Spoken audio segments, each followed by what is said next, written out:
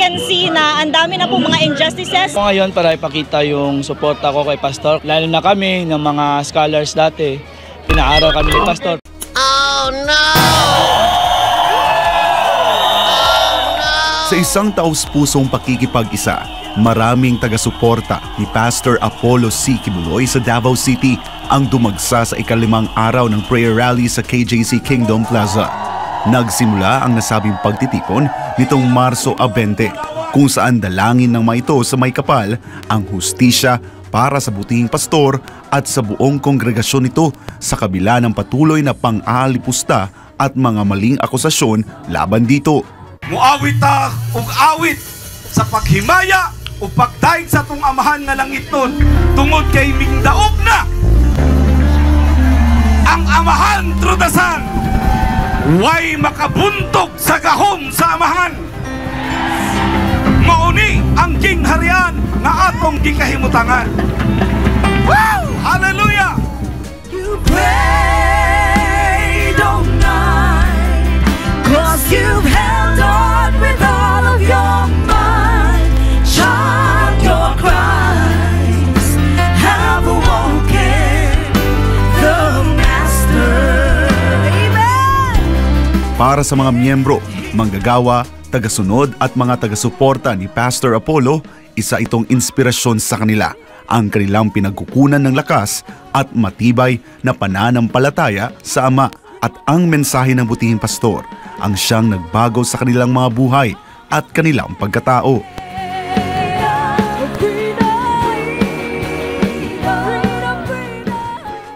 Sa pagtindig para sa butihing pastor, sa pagsali upang marinig ang kanilang mga boses, ito ay isang maliit na bagay na maaari nilang gawin para sa taong nagbago sa kanila upang maging mabuting mamamayan na may takot sa Diyos at respeto sa kapwa.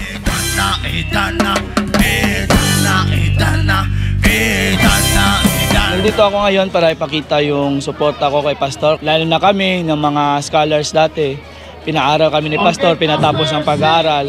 So ngayon, panahon namin na i-defend din si Pastor sa lahat ng mga nangyari, lahat ng mga akusasyon sa kanya at ipakita yung suporta namin sa kanya. Sumasaya kami dahil isa siyang victory dance namin kasi masaya kami at kiniklaim namin ang victory na makukuha ang hustisya ni Pastor. Pastor, nandito lang kami sa likod mo, handa kaming ialay aming buhay para depensahan ka at until the last drop of our blood, Pastor. We will support you and defend you, Pastor. Kami po dito ay nandito po sa Kingdom. Kami dito po ay gumagawa po kami ng mga dasal, prayer po para sa aming mahal na pastor. Ito po yung tinuturo ni Pastor sa amin na lahat ng gagawin namin is through prayers. Kasi po sa prayers po nananalo po lahat. Wala pong matatalo sa prayer because prayer is powerful. At yan po ang aming sandata po dito sa Kingdom po. Hindi rin nagdalawang isip ang mga kabataang ito na sumali sa nasabing prayer rally upang ipakita ang kanilang suporta at pagmamahal kay Pastor Apollo sa pagbibigay direksyon sa kanilang buhay tungo sa matuwid na landas. At ang pinakarason na nandito kami ngayon ay para suporta ng aming pinakamamahal na pastor sa pamamagitan ng mga prayer. Kaya kami nagkakaroon ng prayer rally ngayon. Simula bata po kami dito, even ang family ko, nakilala talaga namin si Pastor. Lumaki kami sa Kingdom Way at puno-puno kami ng mga pagtuturo ni Pastor at ito ang nagdulot sa amin para hindi kami maging pariwara sa aming buhay. Kaya ito ang pinakamalaking pasasalamat namin kay Pastor kasi binigyan niya ng direksyon ang aming buhay. He made our lives purposeful and meaningful.